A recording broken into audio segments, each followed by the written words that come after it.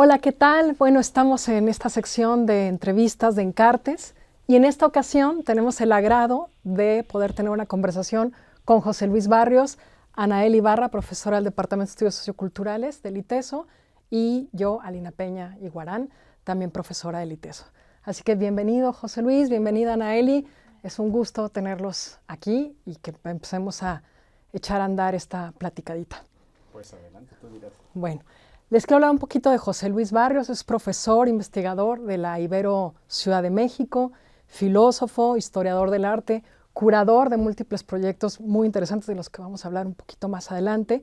Y José Luis trabaja mucho desde el archivo de la filosofía continental francesa, ¿no? Entonces, estamos pensando desde Lacan, desde Deleuze, desde Derrida, desde Foucault, desde Butler, y esto nos permitirá englobar de alguna manera tanto su pensamiento, su trabajo, sus apuestas teóricas, sus procesos de investigación y también los proyectos de curaduría.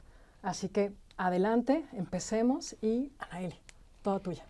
Pues la primera pregunta, José Luis, tiene que ver un poco justamente con ese marco conceptual que has ido construyendo en diálogo con estos autores, estos filósofos, que va desde imagen-afección, imagen-pulsión, naturalismo, y nos interesaba pensar cómo lo habías ido construyendo, ¿no?, en toda tu trayectoria, y también cómo ese proceso de construcción de ese marco conceptual te ha permitido a ti abrir una crítica o interrumpir al menos la manera en la que el concepto de representación se hace dominante, ¿no?, para la historia del arte, para la filosofía, para la estética, ¿no?, y producir una crítica a la representación.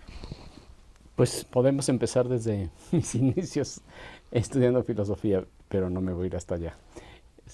Los aburriría terriblemente, pero sí una suerte de genealogía que me parece que, o un cierto concepto o experiencia de mi propio pensamiento conmigo mismo, que al final del día de eso se trata la filosofía, y cómo llegué a donde estoy, ¿no?, a hacer teoría crítica y particularmente crítica política de la representación, que es a lo que me dedico muy particularmente. Rapidísimo. Yo creo que tuve la fortuna, por varias razones que no voy a explicar aquí, de leer muy tempranamente a Merleau-Ponty. Si tú me preguntaras de dónde viene toda mi pregunta filosófica o todo mi desarrollo filosófico, viene de la fenomenología de la percepción y particularmente de este textito muy, muy chiquito que tiene Merleau-Ponty que se llama El ojo y la mente, que es un texto del 61 donde Merleau-Ponty habla de qué es percibir una pintura, ¿no?, qué es percibir una pintura, y ahí introduce un dato interesante que es o el gran dato que define la filosofía de Merleau-Ponty, la gran experiencia que es la del cuerpo, ¿no?, que inmediatamente cuando hablamos de cuerpo, el primer registro donde esto se vuelve significativo es el registro de lo sensible, es decir, estrictamente el registro de lo estético. Entonces mi formación está muy vinculada con una cierta tradición de fenomenología estética, por decirlo conceptualmente. Sin embargo, digamos, parte de mi maduración filosófica, de mi experiencia profesional, tuvo que ver con dos cosas. Primero, que digamos, la fenomenología tiene una serie de considerandos que no me eran suficientes o no me fueron suficientes en algún momento de mi desarrollo académico y de investigación, y que es la idea de pensar el cuerpo como una unidad intencional, como si nosotros como carnalidad que somos, en realidad tuviéramos una especie de subjetividad o fuéramos una subjetividad a la que el cuerpo responde, ¿no?, a la que el cuerpo responde, y que por tanto las unidades de acción o de movimiento que el cuerpo hace en el mundo tienen una unidad de significación. Esa fue como digamos, una primera limitación con la que me encontré. ¿Por qué? Porque muy eventualmente, cuando fui desarrollando más mi relación física con el cuerpo, el ejercicio, la danza, que para mí fue un elemento muy importante cuando la hice, me daba cuenta de que no necesariamente lo que mi cuerpo quería era lo que yo quería, no puedo decirlo de alguna manera, o lo que mi cuerpo construía introducía muchas variables en las ideas que yo tenía sobre muchas cosas. Entonces entro en un segundo registro que es, digamos, cómo funciona el cuerpo y sus deseos, no el cuerpo y sus intenciones, por decirlo de esta manera, ¿no? Una cosa es cómo desea el cuerpo, otra cosa es cómo el cuerpo intenciona su relación con el mundo. Y eso me lleva a empezar a meterme, a estudiar mucho de manera muy cercana, a profundizar la estética, pero también a trabajar mucho el psicoanálisis. Digamos, el psicoanálisis tiene una característica muy particular, que también está presente en Merleau-Ponty, y que incluso es tema de discusión en la filosofía de Merleau-Ponty, que tiene que ver con cómo funciona el cuerpo como deseo, es decir, cómo funciona el cuerpo como pulsión, como sexualidad, como tactilidad, y que no necesariamente es un problema de intenciones, es un problema de sensaciones, de experiencias, de afecciones. Entonces aparece la segunda gran característica de mi trabajo, que es la relación o la pregunta por las afecciones del cuerpo. Y eso ya tiene una serie de conexiones que no voy a cansarlos aquí, pero que conecta con Spinoza, conecta con Deleuze, conecta con una cierta tradición donde lo que domina la producción de discurso y de sentido no es necesariamente la racionalidad, y es el lenguaje en un cierto registro, ¿no? En un registro mucho más expresivo y gestual que significativo y conceptual, digamos, por decirlo de esta manera. Y entonces ahí entro en una conexión muy interesante con el psicoanálisis lacaniano y obviamente con el postestructuralismo francés, ¿no? Que entre otras cosas son una profunda deconstrucción a la fenomenología o a lo que en general se llama la filosofía del sujeto. Eso es como una genealogía filosófica, ¿no? Ahora, esta genealogía al mismo tiempo se conecta con lo que yo podría considerar como una especie de accidente profesional en mi vida, que es empezar a curar, ¿no? Esa es la otra parte que se vuelve para mí relevante y que tiene que ver con lo que les decía hace un rato, es decir, aprender que hay ciertos registros de la corporeidad, del movimiento del cuerpo, que no tienen que ver con la intencionalidad. Significa también aprender a leer desde el cuerpo ciertas relaciones con las cosas, que no son las relaciones que el pensamiento puede establecer o el puro pensamiento puede establecer, ¿no? Digamos, generalmente los filósofos o el prototipo o el estereotipo, o cómo decirlo de la manera más pueril, la idea barata de lo que es la idea formada de lo que es el filósofo es que es un barbón, generalmente medio jorobado porque no camina o camina muy poco, con un saco de pana con parches, ¿no? Esa es la imagen del filósofo, al menos la que yo tenía cuando era joven, ¿no? Pues nada que ver, o sea, absolutamente nada que ver, porque digamos, en la medida, y es un comentario en margen, pero en la medida en que yo voy estableciendo esta relación mucho más con mi propia corporeidad, con mis propias afecciones, me doy cuenta que hay un registro que es estético, que relaciona los objetos con el espacio, ¿no? Que relaciona el objeto con el espacio, y que eso en realidad es la curaduría, ¿no? Ya si yo lo elaboro más conceptualmente, más teóricamente hablando, curar en el fondo es activar el objeto, por no hablar de las obras de arte, que fundamentalmente tiene que ver con la producción artística, pero no solo la producción artística, activar el objeto en el espacio, ¿no? Y al mismo tiempo espaciar el espacio, que este es como, si algo define mi práctica curatorial, ¿qué hago cuando yo curo? Lo que hago es espaciar el espacio. Suena rara esa frase, ¿no? Pero en realidad tiene que ver con un concepto que viene de Artaud, que está retomado por Derrida, que se llama, Artaud decía que la escena en el teatro no era un lugar de contención de acciones de personajes y situaciones, sino que era un lugar de espaciamiento de los cuerpos, ¿no? El cuerpo se espacía, como que se expandía en el espacio, y al expandirse en el espacio, quizá más propio de la danza, lo que se espaciaba es el espacio, como que el espacio se empezaba a activar, y entonces tenía un carácter de movimiento y no de contención de movimiento. Para mí eso fue como la clave que me dio lo que yo quería hacer en curaduría, ¿no? Básicamente lo que yo hago en curaduría, por eso digo, es espaciar el espacio, es decir, activar el espacio, y al activar el espacio, subsumir el espacio al movimiento, y en esa lógica entender que lo que pasa con las obras de arte es que son las que activan el espacio, se espacían en el espacio. Entonces, lo que hay es una experiencia que no tiene que ver solo con la mirada, sino que tiene que ver con todo el cuerpo moviéndose en el espacio a la hora de estar viendo las obras de arte, o estar viendo los objetos emplazados en el espacio. Entonces, hay una característica de mi trabajo curatorial, al menos así yo lo veo, que tiene que ver, si tú ves una exposición mía, curada por mí, mía suena como que yo soy el artista, curada por mí, en realidad lo que siempre pido o lo que le planteo al visitante es que vea el sistema de relaciones que se genera entre las formas y los objetos, más que y que no se limite, por decirlo de esta manera, a solo ver el objeto. A una cuestión expositiva. En una cuestión y contemplativa.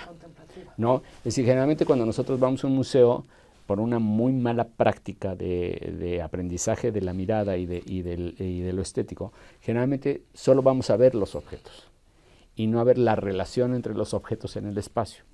Lo que yo hago con mis curadurías es que me gusta poner esto en juego, la relación de los objetos con el espacio entre ellos y esta relación entre ellos activando el espacio en mi cuerpo. Entonces, la condición un poco como necesaria que yo siempre implico en mis curadurías es que es una experiencia de afección a todo el cuerpo y no una experiencia de contemplación de la mirada. No, ese es como un cierto carácter. Entonces, a partir de eso, ¿qué sucede? Que el registro que tú puedes manejar de comunicación de las obras de arte no tiene que ver con un registro estrictamente figurativo o un registro estrictamente significativo, sino que la figuración o la significación tienen que ver con la producción de una experiencia afectiva donde las figuras y los significados se mueven más en el nivel de los afectos que en el nivel de la información o de la significación. Y que depende de vínculos, ¿no? De relaciones. Es más un sistema de relaciones. Entonces, ¿eso qué quiere decir? Que, a propósito de lo que me preguntabas, no es que no haya representación, pero no es lo mismo que algo que yo represento, un bosque, lo que tú quieras, un jarrón, unos zapatos como los que pintaba Van Gogh, consista en una especie de congelamiento o de estatización del objeto en sí mismo, sino de una activación de sus elementos sensoriales en el espacio a través de mi cuerpo. Oye, José Luis, y ahí déjame interrumpirte un poquito. Entonces, esto iría en contra de estos procesos de museificación, estetización del objeto, ¿no? La caja de cristal, ¿no? Sino Totalmente. que, claro, entonces la pieza o el objeto artístico, simbólico, deviene como una multiplicidad de significados en relación con también el visitante o la visitante. El visitante y las relaciones entre ellos. Claro. Yo tuve la suerte de curar la exposición, fue muy divertido, la exposición de la Constitución Mexicana. Qué divertido una exposición sobre la Constitución Mexicana, ¿no? Divertidísimo el artículo 3º de la Constitución museografiado. Bueno, puede sonar un chiste, pero no era un chiste. Entonces, lo que hicimos, por ejemplo, ahí fue muy, muy interesante, porque, y no quiero extenderme en esto, es que la cédula de la exposición era el artículo de la Constitución. En lugar de decir, el artículo de la Constitución fue discutido en el Constituyente del 17 y declara que la educación mexicana es laica. Esa es una típica ficha de información de lo que estás museografiando. A mí no me interesaba eso. Entonces, ¿cómo le hago? Digo, a ver, la información es el propio texto constitucional. Artículo 2. La identidad mexicana se define por los pueblos originarios y la multiculturalidad que conforman la sociedad contemporánea. Qué sé yo, algo así dice el artículo 2. Y eso era la cédula. ¿Sí? Entonces, lo que yo hacía es que eso que dice los pueblos indígenas, la multiculturalidad, lo desplegaba en objetos. Y entonces ponía a constelar todos los objetos en planos de percepción. Entonces no es que estuvieran colgados todos en el muro en el mismo nivel, sino que, por ejemplo, la identidad mexicana reposa en el origen de los pueblos indígenas. ¿Cómo digo origen en el espacio? Exacto. ¿Cómo opero una noción de origen en el espacio? Un origen tiene que ver con una profundidad, tiene que ver con una perspectiva en profundidad, por ejemplo, la forma en que yo lo resuelvo.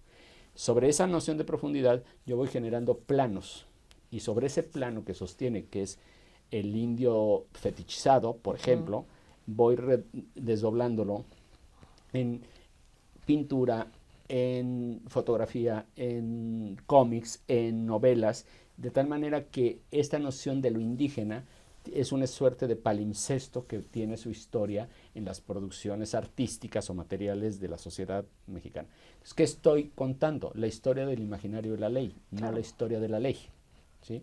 Entonces, por ejemplo, ahí yo ya convertí algo tan aburrido como el artículo 2 de la Constitución mexicana en un juego de interacción imaginaria del cuerpo y la producción de sentido en el espectador, ¿no? Y eso tiene que ver con la estética, no tiene que ver con la historia. Aunque no puedo yo negar la historia, porque es un elemento necesario, porque lo que no puedo es falsear información, es un problema de ética, ¿no? De la información del historiador, qué sé yo. Entonces, a lo que voy con este ejemplo, y así muchos otros que podría aquí comentarles, es cómo convierto el momento del emplazamiento de una idea en espacio, ¿no? Cómo espacio, para completar la idea de que para mí que es curar, cómo espacio se dice, ¿verdad? Cómo espacio una idea. O cómo deviene espacio. Cómo deviene espacio una idea, ¿no? Y esa forma, eventualmente, en tanto espacio, largo, ancho, altura, cubo, bla, bla, bla, claro, solo involucra la totalidad del cuerpo del espectador. Entonces hay adelante, hay atrás, hay arriba, hay abajo, hay afecto, hay sensación, ¿no? Entonces, en ese sentido, lo que yo ya estoy jugando es más con el carácter vital, afectivo de la información que el carácter histórico u objetivo de la información. ¿Qué resulta de eso? Que la gente empieza a tener una suerte de fascinación por la experiencia de lo que, a ver, cómo se transforma el reconocimiento de los derechos indígenas a partir de los acuerdos de San Andrés Larraiza, que tuvieron un carácter constituyente. Digo, por ejemplo, eso es Barbour operando en una museografía, por ejemplo, ¿no? Entonces, no sé si te contesto, pero va más o menos como por ese lado. En todo caso, se trata de operaciones complejas, ¿no? De operaciones complejas de experiencia y significación, ¿no? Pues ahí me quedo, bueno, voy a hacer otra pregunta para darle continuidad a esta, pero me quedo también con la idea un poco de la curaduría, que normalmente es vista como una práctica menor y siempre deficitaria frente a la disciplina un poco en la que tiene lugar, que es la historia del arte. Aquí tú la ejerces desde otra perspectiva, ¿no? Me parece. Claro, la curaduría. Desde luego que es una producción de condición de experiencia. O sea, curar es tan complejo como montar o filmar una película. Tan complejo como eso. Lo que pasa es que justamente lo cual está muy bien. ¿Qué hace a un buen director de cine un buen director de cine? O a un buen editor de cine, que no se note la edición, ¿no? Tal cual. Que no se note la edición. Pues exactamente lo mismo. En la curaduría, ¿qué hace algo una buena curaduría? Que no se note el artificio, ¿no? Y si vas a hacer que se note, pues entonces es absolutamente intencional que se note, pero no que aparezca el error sin que te diste cuenta, ¿no? Por decir de esta manera. Entonces, desde luego que se trata de un trabajo mucho más complejo, porque no solo es la investigación en primera instancia de lo que expones, el artista, la obra, el documento, lo que tú quieras, ¿no? Sino cómo lo expones. Y en el cómo, efectivamente ya estás manejando un registro mucho más complejo que es estrictamente el de la información, es el de la condición de experiencia sensible de esa información, ¿no? Entonces, y ahí sí influyen todos los elementos, el color, la textura de los materiales, si van con paño o no van con paño, van en vidrio o no van con vidrio, ¿no? Porque todo eso va generando distintos registros de construcción de la experiencia en el espectador. Y es es hacer una investigación y también es hacer una suerte de creación, digamos, ¿no? ¿Sí? Entonces, a mí, digo, lo que tú comentas me parece muy significativo respecto que en la medida en que los sistemas sancionados y autorizados de conocimiento califican la curaduría como una especie de práctica menor de un señor que cuelga cuadros porque está aburrido, ¿no? O porque es una señora rica de las lomas que no sabe qué hacer, ¿no? Esto lo digo desde el DF, como chilango, ¿no? Como Acá chilango. tenemos los equivalentes, no Sí, pasa nada. pues eventualmente lo único que demuestra es su profunda ignorancia de lo que está hablando, con todo respeto para quien habla despectivamente de una práctica que no conoce. Claro. Oye, déjame como dar unos pasitos atrás con lo que estabas diciendo y que tiene que ver con este trabajo que has hecho desde la Iberos de hace 20 años, creo, que tiene que ver con este seminario sobre políticas de la representación y que de alguna forma varias de las exposiciones que has curado, que de alguna forma entonces produces un relato, hay esta relación entre representación, política de la representación, le hace también poder, y cómo eso es un problema estético, ¿no? Entonces, me gustaría mucho, yo me acuerdo mucho de la exposición que curaste en el MUAC sobre la ruina, el monumento y el espacio público, y que era una crítica muy fuerte al arte público y a un proyecto de Estado-Nación moderno mexicano, ¿no? Y esto lo vinculo con este proyecto de muchos años que has trabajado. Me gustaría que nos pudieras contar un poquito más por qué el problema de la representación o por qué las políticas de la representación son un problema estético que hay que disputar, ya sea desde la investigación, desde el aula o desde la curaduría. Okay. A ver, es muy interesante lo que dices porque mi respuesta es por dónde empiezo. O sea, porque en realidad es como una especie de espiral que está girando sobre sí misma y que depende de dónde me coloco para entrar en esa espiral. Yo haría esa imagen, ¿no? Imagínate que mi trabajo es una eterna espiral sobre el orden de lo sensible como potencia crítica, que es o sea, la estética como crítica, vamos a decirlo así, para decirlo en lenguaje académico, pero que está girando todo el tiempo sobre sí mismo, ¿no? Está girando en una espiral. Riquet tiene una imagen muy bella donde decir, el tema de la interpretación es que siempre, para hacer una interpretación es un círculo que siempre gira sobre sí mismo, pero en distintos puntos de profundidad. Entonces la estructura siempre es una espiral, ¿no? Estoy en una espiral donde yo trabajo las condiciones críticas, la estética como crítica, y entonces si me coloco en la filosofía es un punto desde el que entro a la crítica. Si me coloco en el arte es un punto donde entro a la crítica, siempre desde la condición estética. Digamos, ese es como el principio de todo ese trabajo. Entonces, dicho esto, ¿qué resulta? Que nombras una exposición que además es muy, muy divertida. Esa exposición yo la hice porque a mí me dijeron en el MUAC, en ese momento yo era curador asociado del MUAC, me dijeron, oye, necesitamos que hagas una exposición sobre la colección, no tenemos dinero, así que a ver qué te inventas, así textualmente. Entonces, bueno, a mí la escultura me encanta, entre otras cosas, porque es el arte justamente del espaciamiento. No es el arte del espacio, es el arte del espaciamiento. Una escultura construye el paisaje, no el paisaje construye la escultura, un poco por decirlo de esta manera, ¿no? Entonces, ahí fue muy interesante porque lo que fue, no tenía un peso para museografía, no tenía un peso para nada. Entonces, a ver, si lo que tengo es el espaciamiento del espacio en escultura, y lo que tengo son como ciertos valores discursivos, semánticos, políticos, en las esculturas, no en las esculturas, emplacemos en el espacio la relación entre espaciamiento escultórico y significado de la escultura. Entonces lo que generé fueron como puros paisajes urbanos, porque esa era la intención porque se trataba del monumento, de los monumentos públicos. A ver, es una contradicción, ¿cómo va a haber monumentos públicos? O sea, la estatua de Colón en un museo, no me iba a llevar al Colón para mostrar que eso era la escultura pública, sino cómo recreo el sentido de lo público en obras que no tienen el carácter, ni la escala, ni la proporción, ni la dimensión para definirse como públicas, porque básicamente un arte público, en el sentido tradicional, pues es una esculturota que yo pongo en Reforma, que se llama Ángel, ¿no? O Diana, o lo que ustedes quieran, ¿no? No, dicen, más bien vamos a trabajar una relación de proporciones y de escalas de lo que la colección tiene para generar un paisaje urbano que recree o reimagine la noción de lo público. Esa fue la operación que yo hice, ¿no? Entonces teníamos que ver más con un problema formal, la relación escala, proporción, espacio. Y sobre eso recrear el espacio público, ¿no? Ese era un primer registro. Si ustedes se dan cuenta, yo estoy en el registro absolutamente formal del arte, ¿no?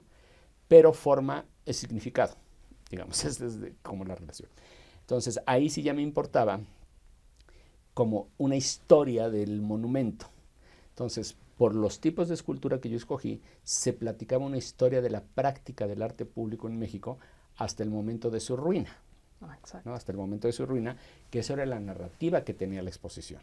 Entonces, empiezo con esculturas cuasi modernistas del modernismo indigenista mexicano, del mexicanismo modernista, como ustedes lo quieran llamar, estas emulaciones abstractas de pirámides. Entonces empiezo a generar como primero la noción de monumento que celebra el origen de la nación en la identidad indígena, y lo que voy haciendo es deconstruirla hasta terminar en los perritos de Francis Alice que imantan corcholatas, que también es arte público, ¿no?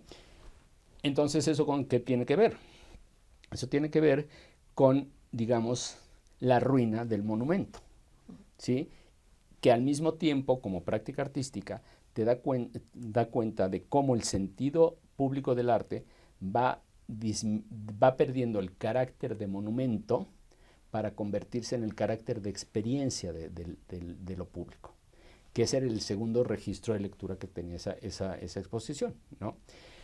Entonces vas del momento digamos, de fetichización de la gran escultura que nos da identidad, lo indígena y todas estas cosas, ¿no? Lo prehispánico, etcétera, etcétera, al momento de lo público como experiencia del espacio social, ¿no? Eso es Francis. ¿Qué es lo que hace Francis en su trabajo? Francis en su trabajo público, él empujando el hielo, él arrastrando el perrito, él, lo que ustedes quieran, él haciendo algo en la calle, digamos, lo que hace es que muestra lo invisible, lo invisibilizado de la precariedad social en México, ¿no? Y eso también es público. Hacerlo visible lo convierte en público y en político, ¿no? Entonces, ¿qué resulta de eso? De nuevo, condiciones de relación, de desplazamiento de significantes, ¿no? De condiciones de movimiento del cuerpo en el espacio como unidad de síntesis de sentido, ¿sí? Y todo eso es como una toma de conciencia de la condición histórica del monumento y de la noción de espacio público en México. Es como platicar una historia afectiva del monumento, por decirlo de esta manera, ¿no? Sí.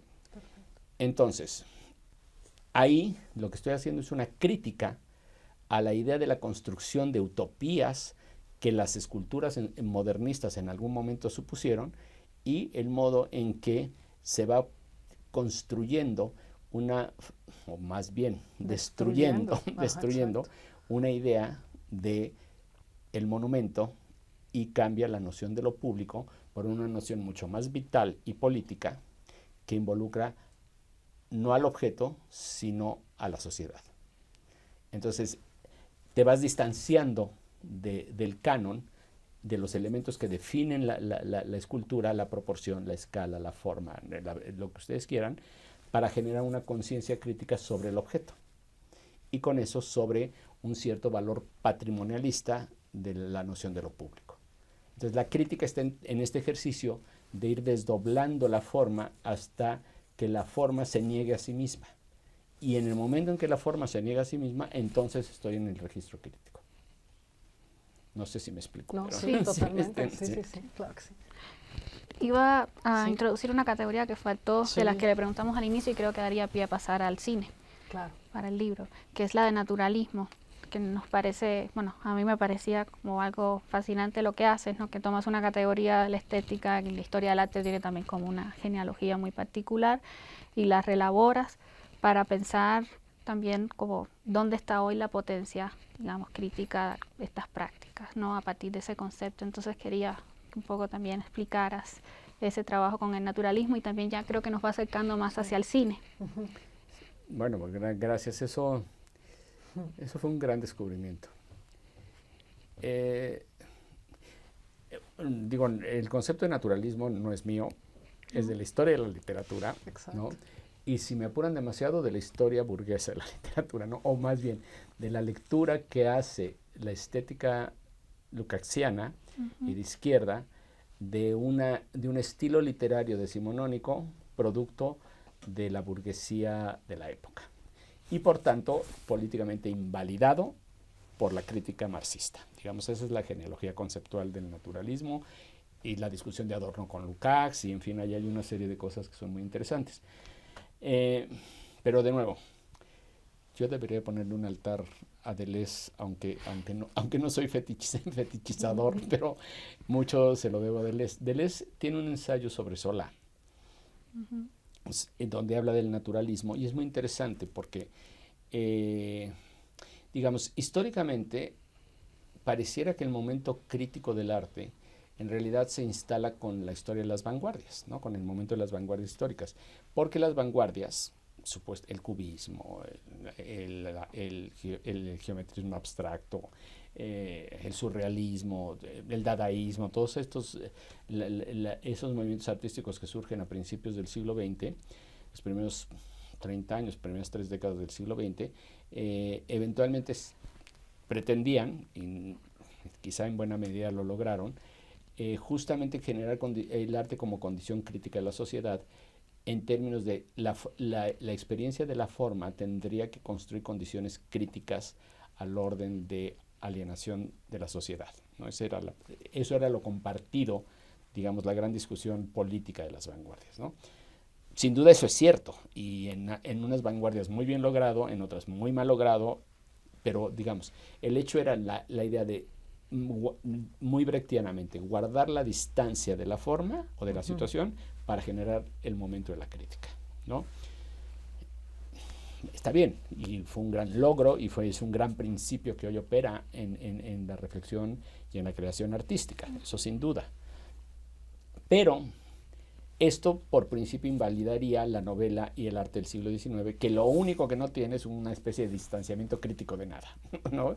Ahí un poco cuando se recupera en la historia de la estética el realismo como crítica social, ahí hay una gran discusión en la que no me quiero meter.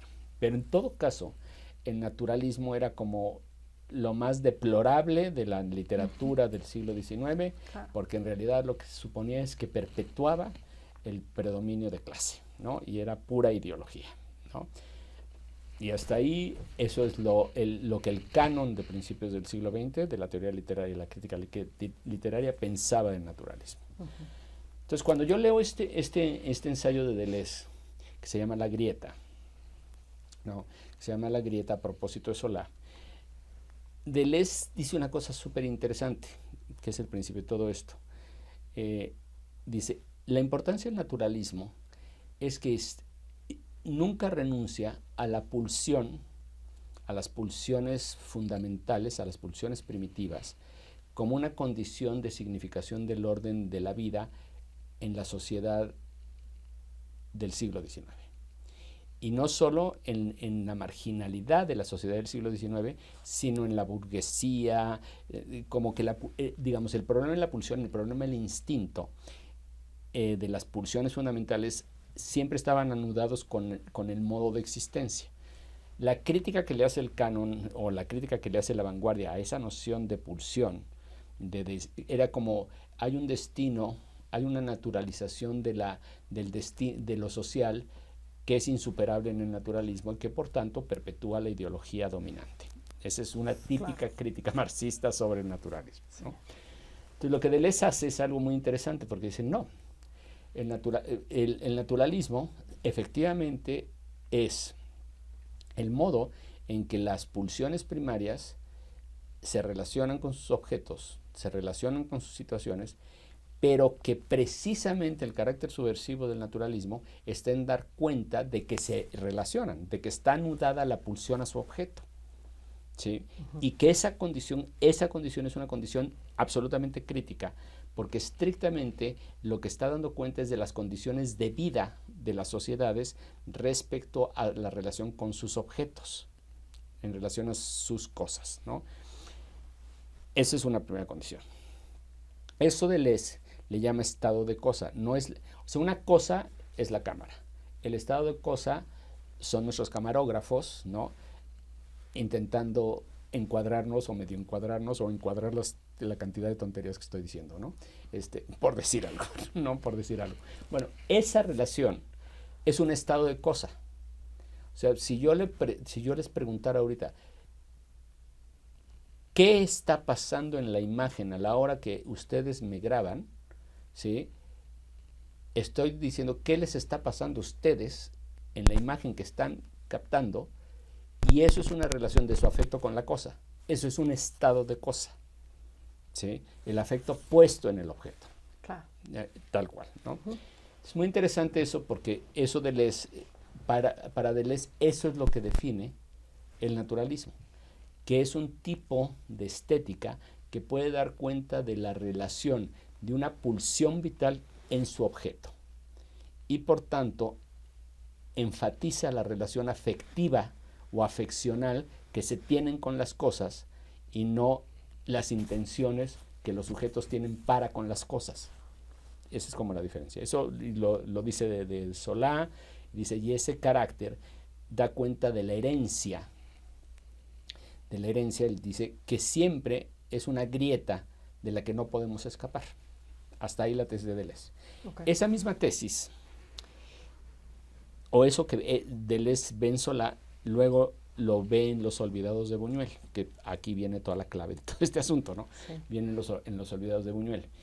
Cuando Deleuze habla de Los Olvidados de Buñuel, dice exactamente lo que uno ve en Deleuze no es la carne, ¿no? Por ejemplo, cuando está alucinando el jaibo en la carne, y además se hace este desplazamiento medio surrealista de la carne, o Pedrito que ve la carne que la mamá le ofrece, sí, ¿no? Dice, no es la carne lo que estamos viendo es la pulsión primaria del hambre. Entonces, estamos en la pura noción de la afección y no de la representación. ¿Sí? Esa es como sí, la condición. Bueno.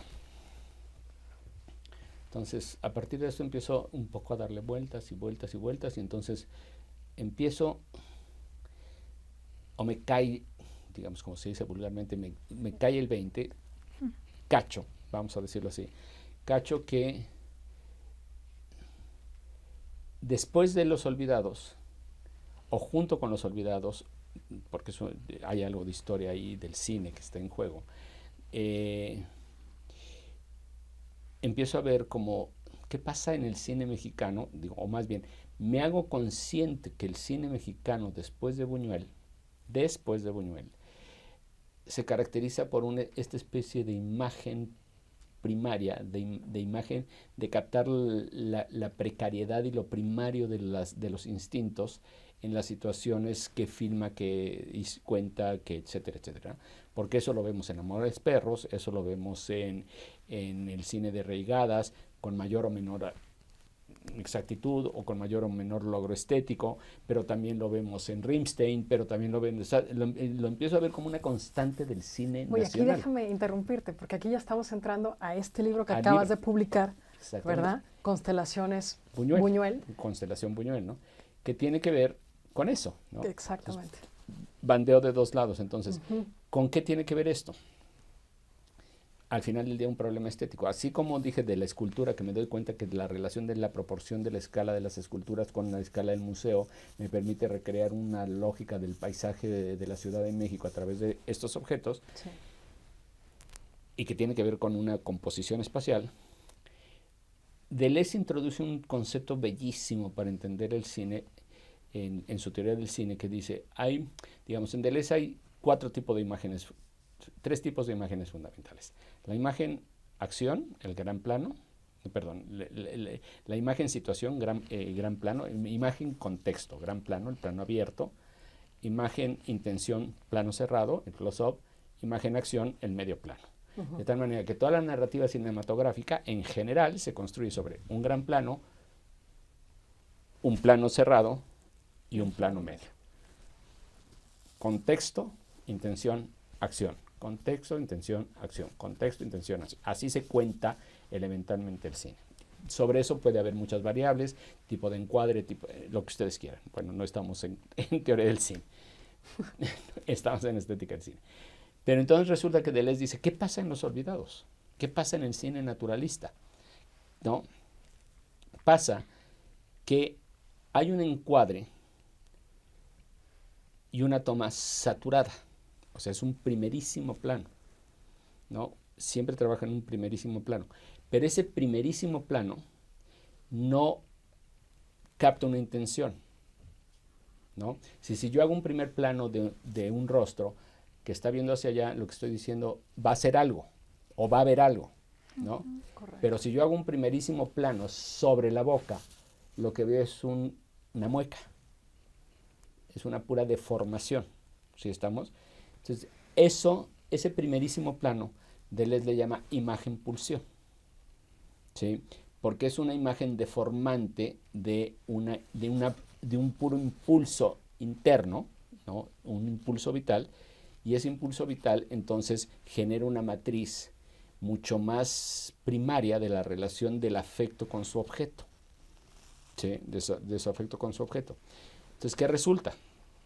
Que la imagen-pulsión es una imagen que no está platicando una historia, sino que está construyendo un estado de cosa, una relación entre una afección y su objeto, ¿sí?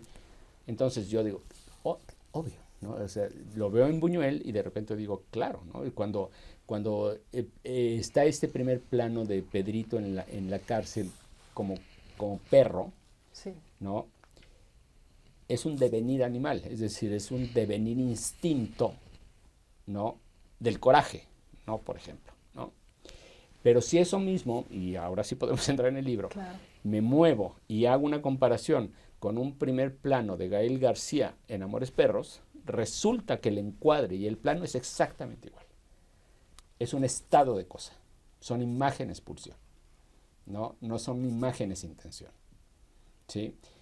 Entonces, digo, esto tiene que ver con una relación de una estética que conecta la condición material de la vida con sus objetos. Entonces empiezo a hacer como una constelación, ¿no? De tipos de toma, de tipos de encuadre, etcétera, y lo que me resulta es que todo este tipo de imágenes, ¿sí?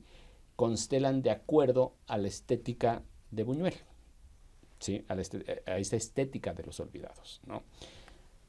¿Dónde empieza la crítica? ¿Dónde empieza la deconstrucción?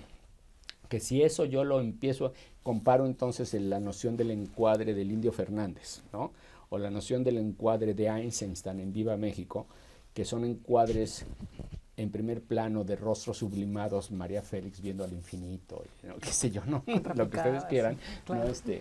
Pedro Infante, ¿no? En fin, lo que ustedes quieran.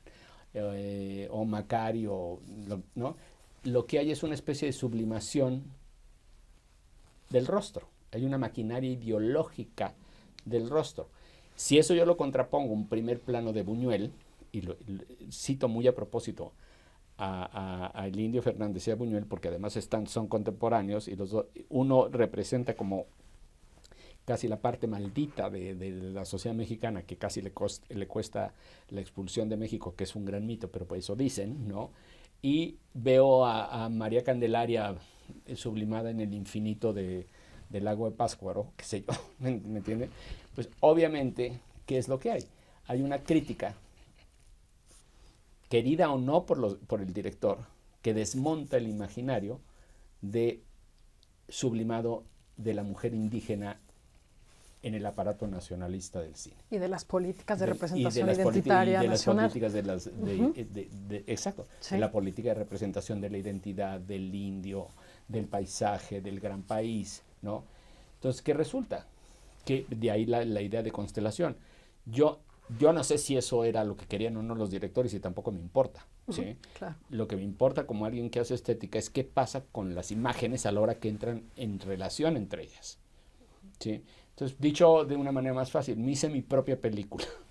Me hice, a partir de sacar los encuadres, las tomas que se relacionaban, que se tensaban, que se deconstruían unas a otras, lo que hago es que logro una crítica de representación al propio dispositivo que intenta fundar un discurso identitario, épico nacionalista, sobre el paisaje, sobre el rostro, sobre, ¿no?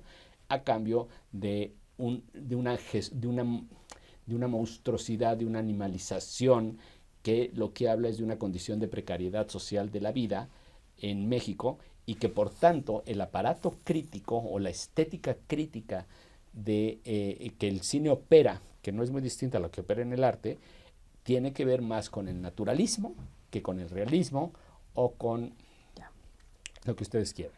Ahí la piedra que queda suelta, muy a propósito, es cómo reconduzco ese naturalismo, esa violencia que denuncia el naturalismo a una edificación moral del pueblo, ¿no? Eso se llama melodrama. Esos son nosotros los pobres, ustedes los ricos, que siempre se vuelve, todo ese drama lo vuelve un drama piadoso del buen mexicano, ¿no? Entonces resulta que el cine construye sus propias condiciones de crítica y que, vamos, no es que no lo necesitemos, es que hay que entender que hay un carácter material autorreflexivo de la forma que tiene la capacidad de generar políticas de la representación y críticas de la representación. Oye, José Luis, bueno, ahorita no sé nada. Y pensando en el México contemporáneo, ¿no? Y pensando en los regímenes de violencia actuales, y sé que en tu libro más reciente, empiezas a trabajar también con documental, y documentales que se preguntan cómo hablar del horror, si es necesario representar el horror o cómo relacionarnos con el horror de otro lugar que no sea el pasmo, ¿no? Y lo que te decía hace rato, que trabajas en este libro, La libertad del diablo, de Berardo González, Sí. que yo no me había atrevido a verla por miedo. Y la vi después de estar escuchando sobre tu libro. Y aquí pensando, ¿cómo podrías que nos cuentes un poco cómo trabajar ese documental que piensa el horror, que piensa el lugar de la víctima y del victimario, que piensa el lugar del testimonio con este artificio de la máscara, ¿no? Que justamente tiene que ver con esta crítica quizás al rostro que estás haciendo, ¿no? Al rostro monumentalizado, identitario. Es decir, ahora sí que no hay ninguna posibilidad en el México contemporáneo de pensar en esas identidades nacionales, ¿no? Entonces, si podríamos ir empezando a cerrar este encuentro, que nos hablaras un poco de cómo desde estas lecturas de Deleuze del naturalismo te enfrentas a un documental como La libertad del diablo.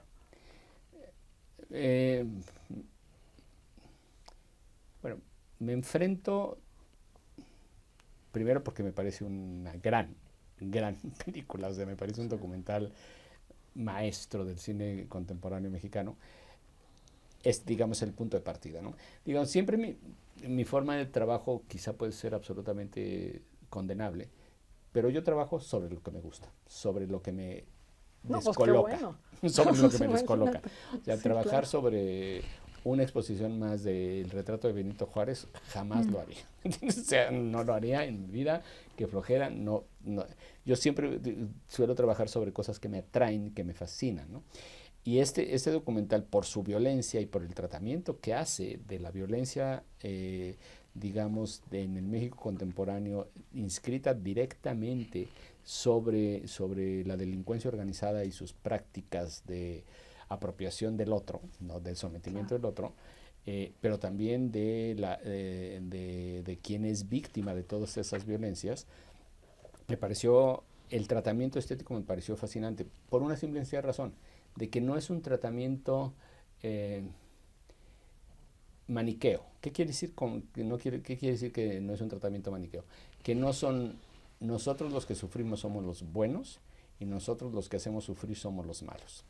Que el primer recurso que se vuelve fascinante en ese documental es el hecho de que buenos y malos, víctimas y victimarios, como tú lo decías al principio, hace un momento, están enmascarados. Entonces, lo primero que inhibo con un tipo de enmascaramiento es que el gesto no importa. No voy a interpelar la emoción del espectador en virtud de la gestualidad, que es lo más tramposo que hay. ¿Entiendes? Son como estos reels que te ponen en Instagram del perrito que se está ahogando y bueno, tú lloras 14 minutos y no y es una tontería, ¿sí me entiendes? O sea, porque estrictamente están interpelándote la parte sensible más pueril que tenemos, y no es porque no es importante que los animales sufran, porque no está ahí, o sea, simplemente, ¿no? Se vuelve chantajista y retórico y bla, bla. A contrapelo de eso, como ejemplo de eso, lo que se vuelve interesantísimo en la locura del diablo es que estrictamente el encuadre, el enmascaramiento, el encuadre, digo, un poco en atención a quien nos está viendo, es un emplazamiento a medium shot, a media distancia, en una misma locación todo el tiempo, con cámara fija, ¿sí? Con cámara fija, donde todos los testigos, víctimas y victimarios, aparecen siempre en el mismo emplazamiento, ¿no? Eso es lo cual inhibe cualquier intencionalidad en un sentido o en otro de la acción, ¿no? Formalmente hablando, se vuelve como constatativa, digamos. Lo que pasa es que lo que constata no es tan constatativo, porque al final del día el lugar donde están es un lugar neutro. Es una casa que tú no sabes si es una casa, si es un set, tú no ves hacia afuera, solo ves una cortina al fondo, entonces se vuelve una cosa totalmente como neutra, ¿no?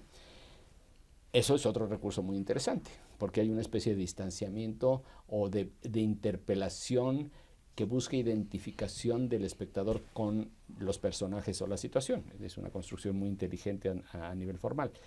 Pero además hay otro registro. Esa película, los entrevistados no ven al director o al entrevistador. El director está fuera de cuadro, está incluso para los entrevistados, y la cámara está, esto lo sé porque Berardo me lo dijo, la cámara está oculta detrás de una cortina. Entonces, en realidad, los entrevistados le están hablando a la cortina, tal cual, y respondiéndole una voz. Todo eso es un dispositivo complejísimo de inducción de las respuestas respecto a sus afectos, ¿no? Respecto a los afectos que pueden propiciar o no esas cosas. Bueno, entonces, esa es, digamos, particularmente esa película la meto como parte ya concluyente de mi libro, parte final del libro, como la otra de Tatiana Hueso, que va en otro registro, pero que me parece que van igual, respecto a su estética, respecto al naturalismo, que al final del día estamos hablando de eso. Me parece que lo que hace es que en la medida en que descontextualiza hasta el rostro por la máscara, lo que muestra es eso que sí se llama una violencia objetiva, no una violencia subjetiva. Porque en la medida en que están inhibidos todos los elementos que interpelarían un otro, el llanto, el rostro, el gesto, el güero, el blanco, el negro, el azul y el morado, en la medida en que todo eso está inhibido, estrictamente solo está constatando la violencia objetiva. Todos estos sujetos, víctimas o victimarios, están sometidos, subsumidos a una violencia estructural. Entonces, filmar una violencia estructural suena muy fácil. ¿Cómo le haces si es estructural? ¿No? Esa es como la pregunta. Me parece que como hipótesis o como no como hipótesis, como tesis visual, se vuelve súper interesante el ejercicio que hace. Ahora, ¿por qué hablar de esto en una película, en un libro donde estás hablando de cineficción, donde estás hablando de afecciones, que en eso va en el mismo sentido, pero sí, ¿por qué no terminas el libro con películas de ficción sobre el naturalismo contemporáneo en el cine mexicano? Porque me parece, y eso lo planteo como un porvenir o una hipótesis de trabajo sobre la imagen, me parece que el documental en México, el documental que se hace en México hoy por hoy, tiene un carácter como estético poético potentísimo respecto a la crítica contemporánea, ¿no? Es decir, dicho de otra manera, o dicho en sentido inverso, en Buñuel, en Los Olvidados de Buñuel, está prefigurándose una crítica de la representación cuyo uno de sus mejores devenires o derivas es la forma del documental contemporáneo, ¿no? ¿Por qué? Y con esto termino esa pregunta. Porque el documental, en la medida en que interpela un cierto principio de realidad en lo que documenta, esa es la digamos, eso es lo que pretende el documental. En el caso del documental mexicano, o de buena parte de este tipo de documental, lo que abre es una dimensión distinta, no de la dimensión de lo social, sino de la dimensión histórica de lo social en México. De nuevo, una vez más, Deleuze dice una cosa bellísima sobre el documental del tercer mundo. Dice, el documental del tercer mundo, tal y como están las cosas en la sociedad contemporánea, es la memoria del mundo. Es la memoria del mundo. Y cuando decimos la memoria del mundo, lo que decimos es que el documental, cuando lo que filma es estas condiciones de la realidad social del tercer mundo, lo que dará cuenta es de la memoria del mundo en un momento determinado de la historia. Uh-huh. ¿Sí? Y por tanto, no solo se trata de una política de crítica del presente, sino se trata de una crítica política de la historia. Cuando hablamos del documental, ¿no? En este caso, ¿no? Y solo para, justamente meto el trabajo de Tatiana Hueso como un epílogo importante del libro, porque lo que pasa en los rostros en primer plano, en Everardo González, en La locura del diablo, pasa con el paisaje y el cuerpo en El eco de Tatiana Hueso. Uh-huh. Los dos tienen una suerte de espesor del tiempo como forma de copertenencia de la historia a la vida. Por eso es, digamos. Sí. ¿Okay? Más o menos por ver. ¿Algo más? Yo creo que sí, podemos vamos cerrando. Pues muchísimas gracias, José Luis. La verdad es que hemos pasado una semana fenomenal contigo. Gracias. Y qué bonita manera de ir empezando a cerrar este encuentro con esta entrevista. Muchas gracias a todo el equipo de LAFCA que siempre nos apoyan. Y bueno, mañana tenemos la conferencia con la que cierras tu visita. Hablaré del eco. Hablaré del eco de Tatiana Hueso, exactamente. Perfecto. Bueno, pues muchísimas gracias y que se repita. Gracias.